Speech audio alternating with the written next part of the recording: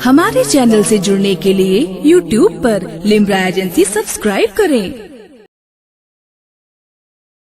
हुजूर अहमद मुजतबा प्यारे मुस्तफ़ा जनाब मुहम्मद रसूलुल्लाह सल्लल्लाहु अलैहि वसल्लम की बारगाह में अक़ीदत व मुहब्बत के साथ दुरूद पाक का हदिया निछावर करें। पढ़ें अल्लाहुम्मा सल्ली अला सय्यिदिना शफ़ीना मौलाना मुहम्मदिन बारिक वसल्लम सल्लु अलैहि सलातुन व सलामुन अलैका या रसूलल्लाह सल्लल्लाहु अलैहि वसल्लम। एक बार नबी और आले नबी की बारगाह में दुरूद पाक पेश करें। सल्लल्लाहु अलैहि वसल्लम सलातुन व सलाम अलैका या रसूलल्लाह सल्लल्लाहु अलैहि वसल्लम। आज की ये बाबरकत महफिल सरकार मदीना कॉन्फ्रेंस व जश्न दस्तार हिफ्ज़ुल कुरान, जिसमें हम और आप आए, तशरीफ़ रखे और इंशाअल्लाह तबारक व तआला वो हसीन मंज़र जो बच्चों के सरों पर दस्तार हिफ्ज़ुल कुरान बांधा जाएगा, वो नूरानी मंज़र हम अपनी माथे की निगाहों से देखेंगे जी माशाअल्लाह। और आज की इस महफ़िल को और इस महफ़िल में दिए जाने वाला जो दस्तार है, इसे आज और हम अपनी माथे की निगाहों से देखेंगे और जिस हश्र का तज़किरा हम और आप सुनते चले आ रहे हैं, उस हश्र में भी, उस मैदान में भी हुफ़ाज़े किराम के वालिदैन के सरों पर कि जिन बच्चों ने कुरान को हिफ्ज़ किया, अपने सीनों में बसाया, उनके वालिदैन के सरों पर चमकता हुआ ताज रखा जाएगा। बेशक आज ये ताज हम उलमाए किराम, तुलबाए किराम और आप सामीन के सामने बांधा जाएगा, मगर उस जगह आदम से लेकर हमारे और आपके आका हुजूर अहमद मुजतबा प्यारे मुस्तफ़ा जनाब मुहम्मद रसूलुल्लाह सल्लल्लाहु तआला अलैहि वसल्लम की मौजूदगी में उनके वालिदैन के सरों पर वो ताज रखा जाएगा। बड़े ही खुशनसीब हैं वो वालिदैन के जिन्होंने अपने बच्चों को मदरसे में कुरान की तालीम के लिए रखा और उन बच्चों ने अपनी माँ बाप की उस मेहनत को कामयाब करके दिखाया, जिसका सिला उन बच्चों को दुनिया में ये मिला कि उनके सरों पर दस्तारी हिफ्ज़ुल कुरान रखा जाएगा और हश्र में उनके वालिदैन के सरों पर वो ताज, जिसकी चमक इतनी होगी कि सूरज की रोशनी भी उसके सामने धीमी नजर आएगी। अल्लाह ने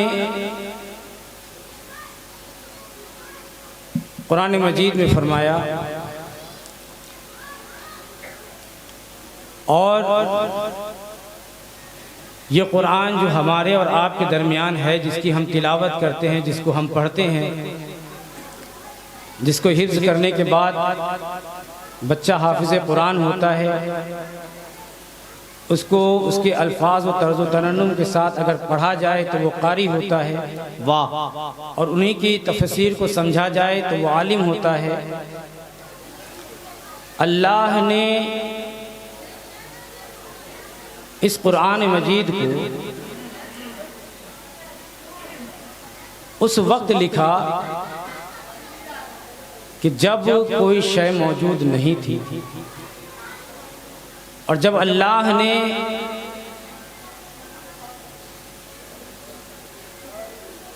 इरशाद, अल्लाह तबारक व तआला ने ये इरादा फरमाया कि उसके नबी पाक सल्लल्लाहु तआला अलैहि वसल्लम की ज़ात गिरामी और उम्मत के ताल्लुक़ से, हिदायत के ताल्लुक़ से लिखा जाए तो अल्लाह ने सबसे पहले अपने महबूब का ज़िक्र लिखा, अपने महबूब पर नाज़िल होने वाली किताब को लिखा। वाह वाह वाह। अगर ये कहा जाए कि हज़रत आदम का सहीफ़ा बाद में लिखा गया, हज़रत इब्राहीम का हुस्न जमाल, उनके ख़यालात बाद में बताए गए। यूसुफ का जमाल बाद में लिखा गया।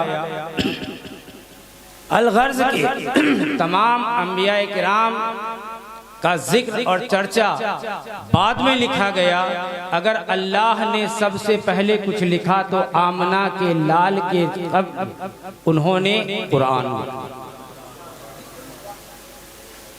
और किसी नबी की उम्मत को ये एजाज़ हासिल नहीं है कि वो अपनी उन किताबों का, सहीफ़ों का हाफिज़ हो, सिवाय अंबिया किराम के।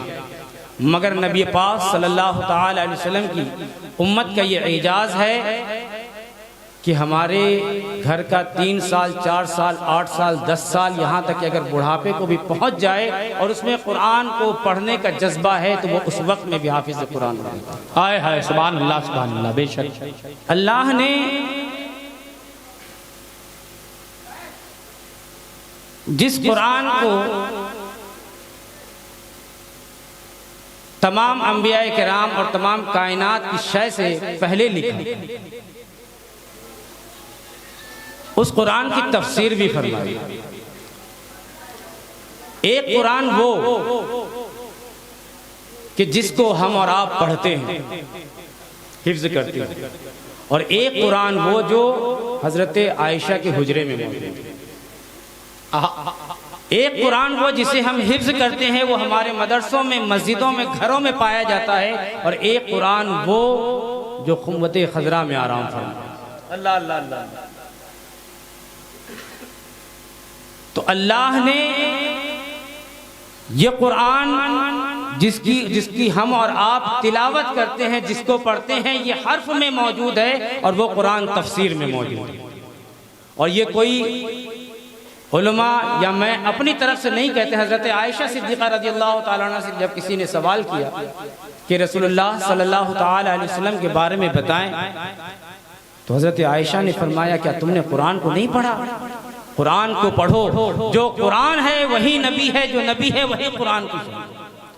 यानी कि नबी पाक सल्लल्लाहु ताला अलैहि वसल्लम की ज़ात गिरामी को समझना हो, पढ़ना हो, जानना हो तो कुरान पढ़ो। और कुरान को अगर पढ़ना हो, समझना हो तो नबी की ज़ात से इश्क करो, मोहब्बत करो। वाह वाह। कुरान बड़ी अजमतों वाली किताब है कि जिसको देखना भी सवाब है, जिसको चूमना भी सवाब है, जिस पर उंगली फेरना भी सवाब है। और वो कुरान कि जिसकी हम और आप तिलावत करते हैं, पढ़ते हैं, इस कुरान को हमने बराए इसाले सवाब या अपने उसका तारुफ हमने ये समझ लिया कि इसे उठाकर चूम लो, सवाब मिल जाएगा। कुरान का तारुफ हमने ये समझा कि दुकान में बेबरकती है, तिलावत करा ली जाए, बरकत आ जाएगी।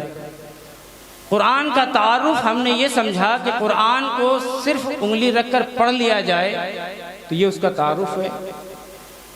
कुरान का तारुफ ये नहीं। और कुरान को अल्लाह ने तमाम अंबिया के जिक्र, उनकी उम्मतों के जिक्र, हर शय से पहले अल्लाह ने जो कुरान लिखा, क्यों लिखा? क्योंकि किसी भी चीज को बनाने से पहले उस पर बात की जाती है, उसको नोट किया जाता है।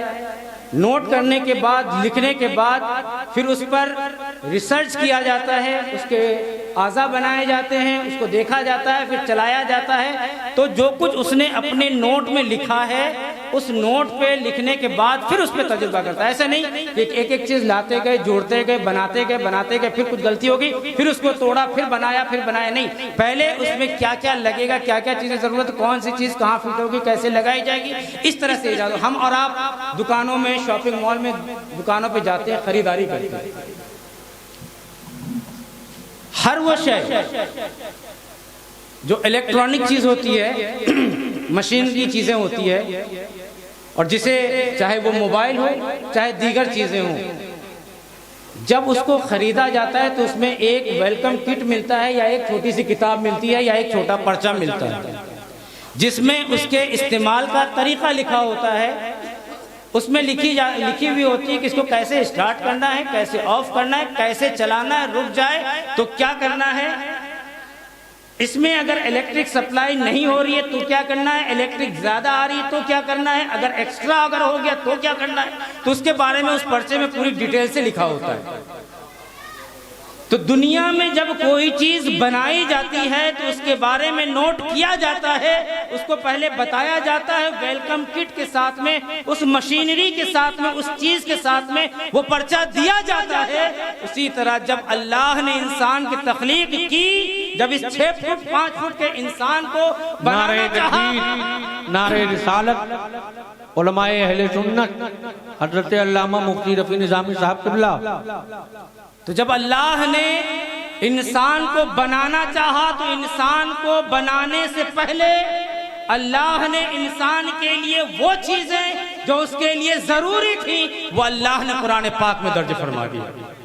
अब ये 6 फीट की जो मशीन जो इंसान की शक्ल में घूम रही है, गुनाह कर रही है, नेकी कर रही है, शर्मिंदा अपने गुनाहों से अगर वो हो रहा है, अगर वो नेक राह चल रहा है मगर दिल में तकब्बुर आ रहा है, तकब्बुर करता है मगर तौबा नहीं करता, नेकी कैसे करना है, नमाज कैसे पढ़नी है, तरीका ज़कात का क्या होगा, उल्फत और मोहब्बत का क्या होगा, सही चलेंगे तो क्या मिलेगा, गलत चलेंगे तो क्या मिलेगा, अगर अल्लाह से उसके रसूल से मोहब्बत करेंगे तो क्या मिलेगा, ये तमाम सारी चीजें जो इंसान की जिंदगी से वाबस्ता है अल्लाह ने उसको कुरान में पहले दर्ज फरमा दिया।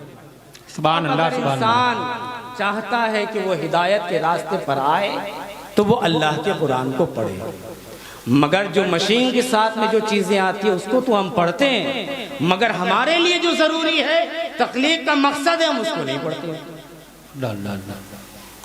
इसी वजह से इस्लाम से दूरी, नबी की ज़ात से दूरी, कुरान पाक से दूरी, मदरसों से मसाजिदों से दूरी बढ़ती जा रही है। महफिलों में भी अगर बैठते हैं तो हालात हमारे ये होते हैं कि हम कुछ चीज़ें ऐसी, हर एक का मकसद नहीं होता मगर कुछ का मकसद होता है कि हम इनकी चीज़ों को पकड़ें और इसे लोगों में आम करें, मगर जिसका मकसद हिदायत लेना होता है अल्लाह तबारक व तआला उसे हिदायत देता है। कुरान को कोई सवाब के लिए पढ़े तो कुरान सवाब देता है, कुरान को कोई चूमे सवाब की नीयत से तो सवाब मिलता है, पढ़े तो भी सवाब, चूमे तो भी सवाब, न पढ़ना आता हो उंगली फेरे तो भी सवाब। मगर कुरान का तारुफ, कुरान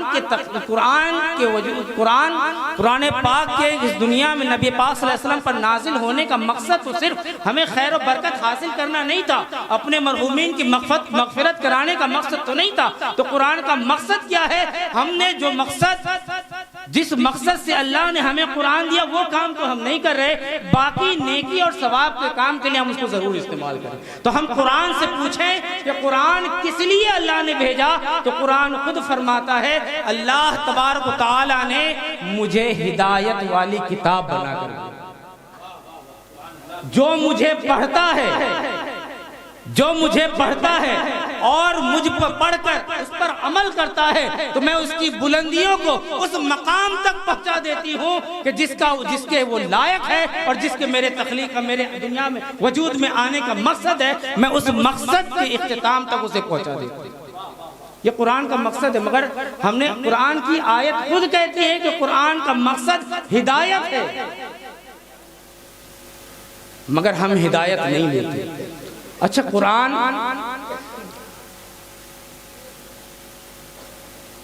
मकसद है हिदायत और कुरान पाक और नबी पाक सल्लल्लाहु ताला अलैहि वसल्लम,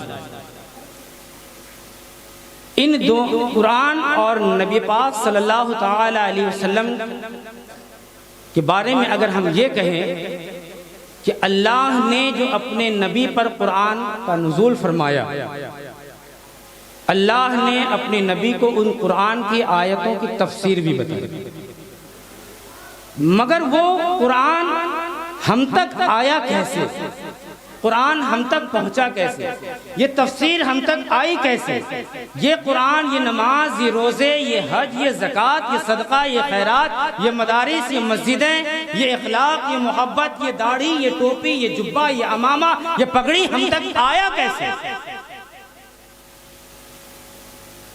कैसे?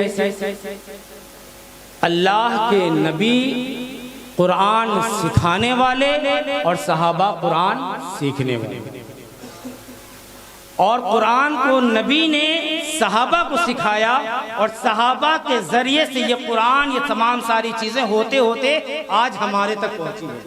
यानी कि हमारे और नबी पाक सल्लल्लाहु ताला अलैहि वसल्लम पर जो कुरान पाक नाजिल हुआ और उसकी तफसीर और तमाम सारी चीजें जो आज हम तक मौजूद हैं, ये हम तक आने का जो जरिया है वो सहाबा किराम के साथ है। क्यों?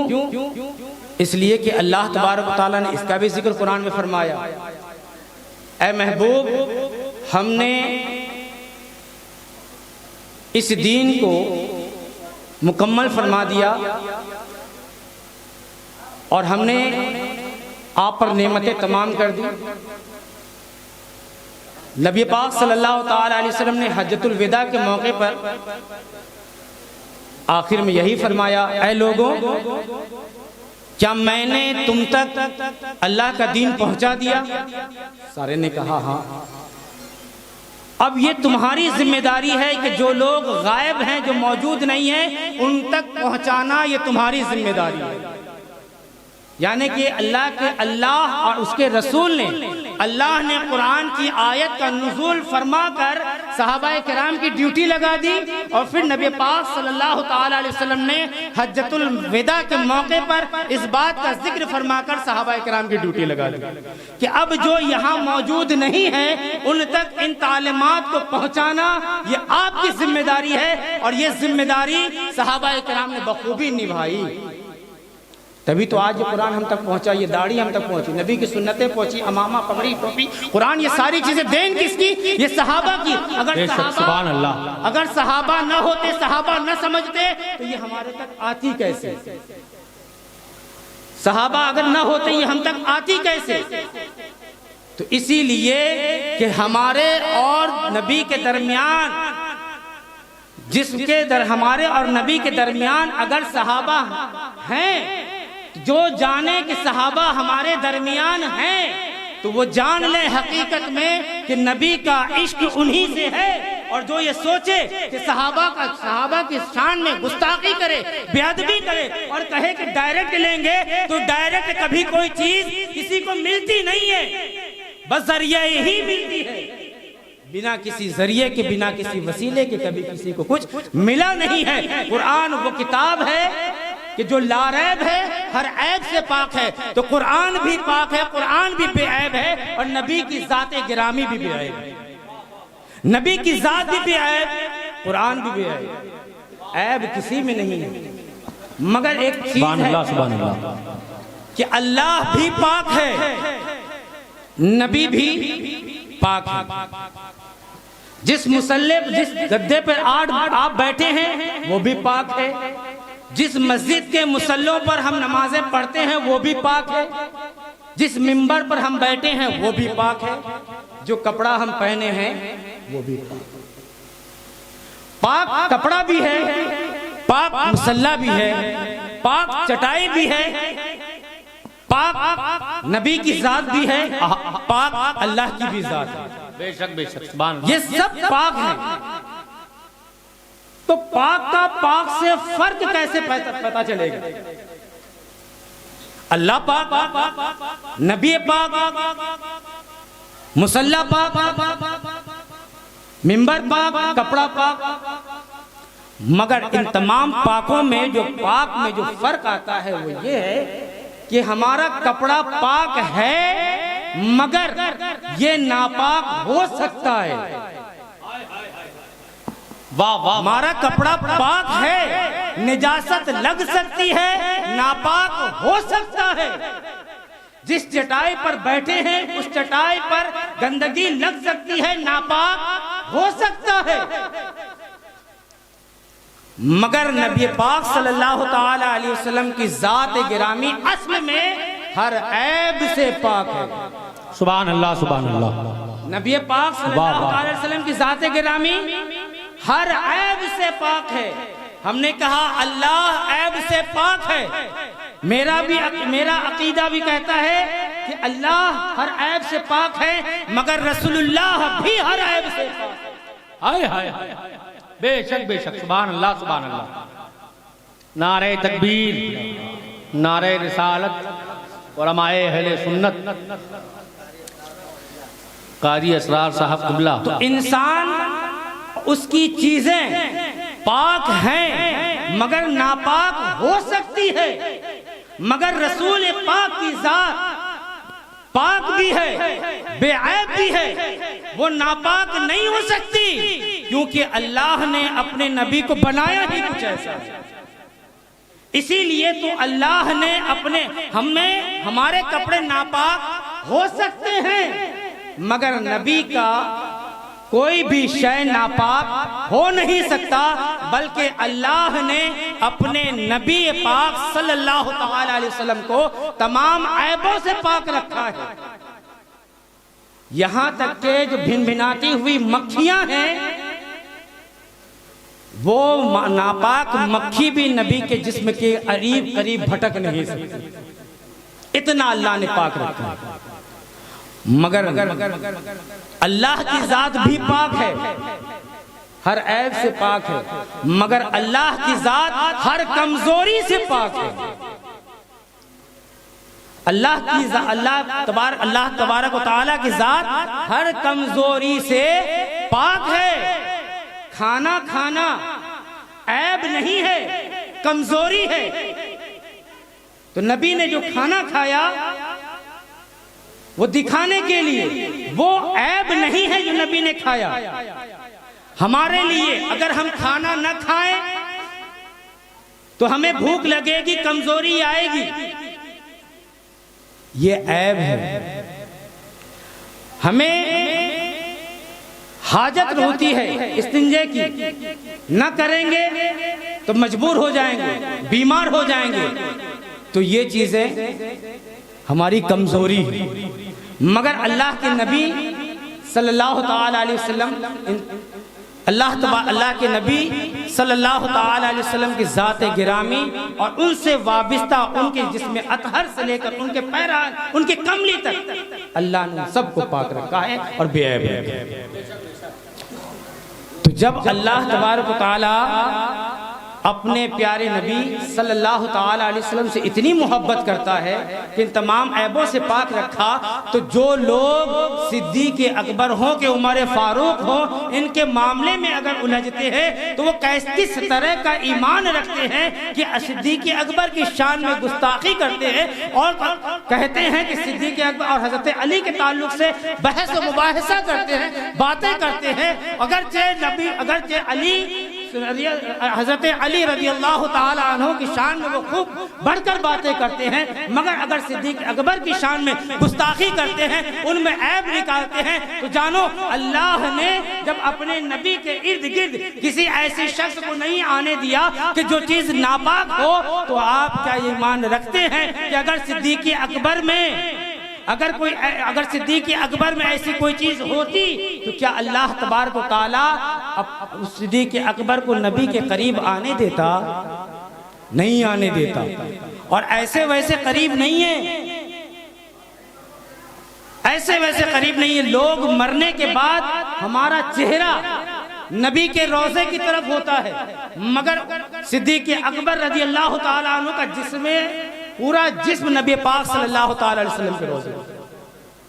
जब अल्लाह अपने नबी को इन चीजों से, इन गलाजतों से पाक रख सकता है, ऐब से पाक रख सकता है, तो ऐबदार चीजें जो नबी के आसपास तक नहीं आने देता, वो अल्लाह कैसे ये बर्दाश्त करता, वो अल्लाह तबारक व तआला कैसे अपने नबी के गिर्द आसपास में ऐसे लोगों को आने देता कि जो ऐबदार होते, जो लोग नापाक होते, जो अच्छे ना होते। पता चला कि सिद्दीक़ अकबर रज़ी अल्लाह तआला अन्हु से मोहब्बत करना ये नबी पाक सल्लल्लाहु अलैहि वसल्लम की सुन्नत है। तो अगरचे कोई हजरत अबू बकर सिद्दीक रज़ी अल्लाह तआला अन्हु की शान में गुस्ताखी करता है तो वो अपने ईमान में कमज़ोरी लाता है, वो अपने ईमान को बर्बाद करता है। लिहाजा अपने ईमान को बर्बाद न करें, इसलिए कि नबी की ज़ात गिरामी ने सिद्दीक अकबर रज़ी अल्लाह तआला अन्हु से बेपनाह इश्क फरमाया। आखिरी बात बताता हूं, जंगे बदर का मौका है और जंगे बदर में जब पहुंचे हैं बदर के मैदान में, इशा का वक्त हो गया। हुजूर ने भी नमाज पढ़ी, सहाबाए किराम ने भी नमाज इशा अदा की। हुजूर ने फरमाया कि नमाज इशा से सब लोग फारिग हो चुके हैं, अब सब लोग अपने अपने कैंप में आराम फरमाएं।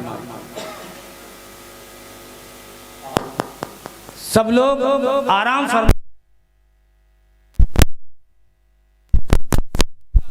और सुबह जंग होगी।